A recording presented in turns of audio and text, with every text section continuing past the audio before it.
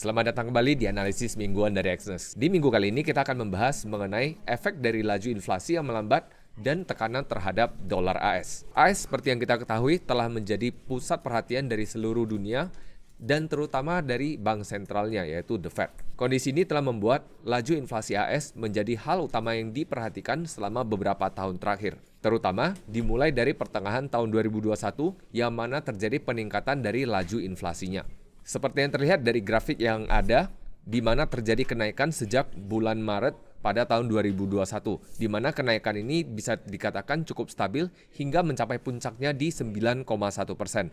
Namun semenjak saat itu, The Fed juga melakukan berbagai usaha untuk menekan laju inflasinya. Salah satunya tentunya dengan menaikkan suku bunganya dengan cukup signifikan, di mana kenaikan terjadi setelah hampir 1 tahun dari waktu itu, yang mana kenaikan suku bunga berada di angka 5,5% saat ini, yang merupakan angka tertinggi dalam 2 dekade terakhir.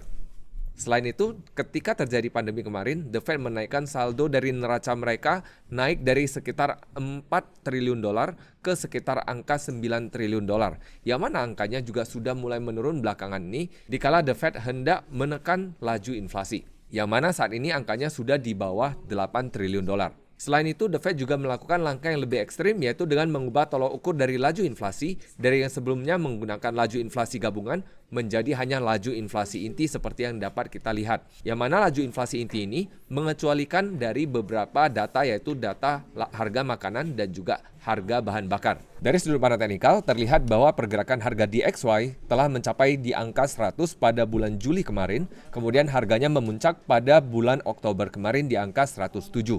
Harga kemudian berlanjut bergerak sideways pada rentang 105,65 hingga 107,15, yang mana dengan pergerakan demikian terlihat bahwa dolar indeks tidak bergerak terlalu jauh. Kemudian dolar indeks sempat kembali menguji kisaran 107,15 pada awal bulan Oktober, yang mana gagal, kemudian harga anjlok kembali. Pada minggu ini, dolar indeks anjlok cukup dalam dan ditutup di bawah 104,8 yang mana merupakan level krusialnya atau level pentingnya. Dengan penurunan demikian, maka ini membuka peluang dolar indeks untuk kembali terjadi pelemahan lebih lanjut. Sehingga apabila dolar indeks dapat menguji kisaran 105 dan gagal untuk melanjutkan kenaikannya, maka ini membuka peluang dolar indeks untuk kembali menguji kisaran 103.